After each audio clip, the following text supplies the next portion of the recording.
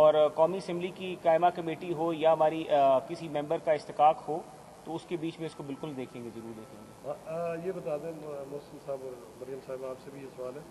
ایک تو ضمنی الیکشن ہونے جا رہا ہے، کیا وہ بھی پی ڈی ایم فیصلہ کرے گی؟ نون لیگ جا رہی ہے ضمنی الیکشن میں، نمبر 1۔ نمبر 2 یہ ہے کہ کل شیخ رشید نے بھی یہ کہہ دیا ہے کہ آپ آئیں، کل کے بجائے آج آئیں اور تمام استعفے دیں، اور وہ آج بھی پورے کانفیڈنس سے کہہ رہے ہیں کہ یہ استعفے نہیں دیں گے۔ تو کیا اس پہ اسٹریٹجی کیا بنی ہے پی ڈی ایم کی، کیا ہے، تھوڑا سا آئیڈیا دیں گے؟ جی، میں نے واضح طور پہ بتایا ہے کہ کیونکہ خوف میں مبتلا بزدل سلیکٹڈ ووٹ چور حکومت ہے، اس لیے لانگ مارچ اور استعفوں کی گردان صبح دوپہر شام یہ ٹاسک عمران صاحب نے اپنے کرائے کے ترجمانوں کو دیا ہے، اور یہ ضمنی الیکشن انشاءاللہ پاکستان کی عوام کا ریفرنڈم ثابت ہوگا ان نالائقوں نااہلوں کرپٹ سلیکٹڈ ٹولے کے خلاف۔ اور جیسے میں نے پہلے کہا کہ تمام جماعتوں کا اتحاد ہے، اور پی ڈی ایم کے اندر جو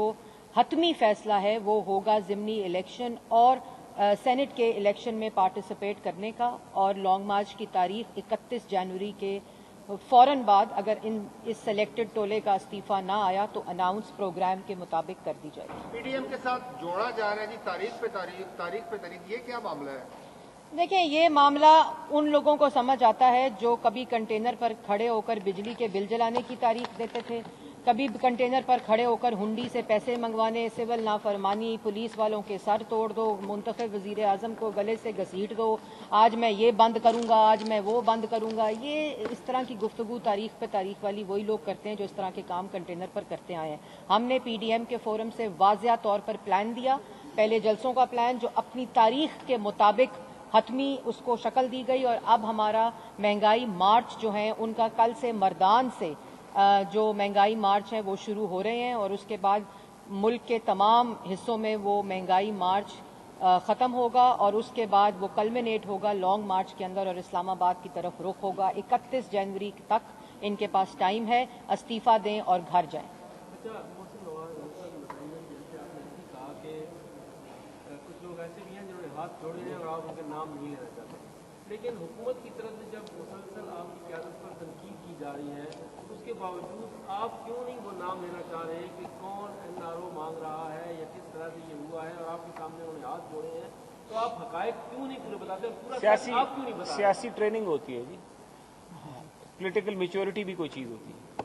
اور آپ کو بتایا انہوں نے واضح طور پر کہ جو کل سے لگے ہوئے ہیں لوگ کہ اپوزیشن نے کوئی مسودہ دیا اور این آر او مانگا، آپ کو محسن نے واضح طور پر بتایا ہے کہ مسودہ شہزاد اکبر صاحب نے دیا، اور ہاتھ حکومتی لوگوں نے جوڑے کہ خدا را جو ہم نے 5 سال کے پی کے میں کرپشن کی ہے، جو ہم نے یہاں 2.5 سال میں کرپشن کی ہے، ہاتھ جوڑ کر معافی مانگی اور ہاتھ جوڑ کر کہا کہ ہمیں اس پیٹف کے بدلے میں اس کے اندر این آر او دے دو، اور وہ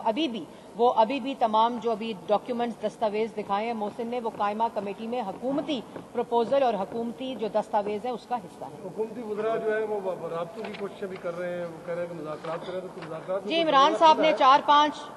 کرائے کے ترجمانوں کو لگایا ہوا ہے اس ٹاسک کے پیچھے کہ وہ ہمیں تنگ کرتے ہیں، روز فون کرتے ہیں اور کہتے ہیں کہ خدا کا واسطہ ہے یہ این آر او بھی دے دو، ڈائیلاگ کر دو۔ آپ وہ جو نام ہے وہ ہر روز ٹویٹ بھی کرتے ہیں اس نیشنل ڈائیلاگ کی، جس پارلیمان کو کل عمران صاحب کا بیان میں سن رہی تھی کہ عزت ہونی چاہیے، پارلیمان میں بات ہونی چاہیے، پارلیمان کے اندر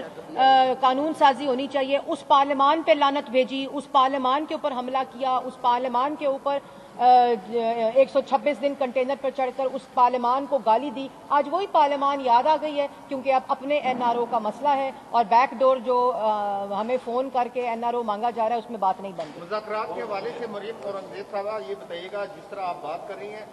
آپ سنجیدہ، اپوزیشن سنجیدہ نہیں ہے یا حکومت سنجیدہ نہیں ہے؟ ہم نہ ایسے مذاکرات کو مانتے ہیں جو ایک سلیکٹڈ ووٹ چور کرپٹ ٹولے جس نے 2.5 سال ملک کی آٹا چینی نہیں چھوڑی، جس نے عوام کی روٹی نہیں چھوڑی، معیشت تباہ کر دی،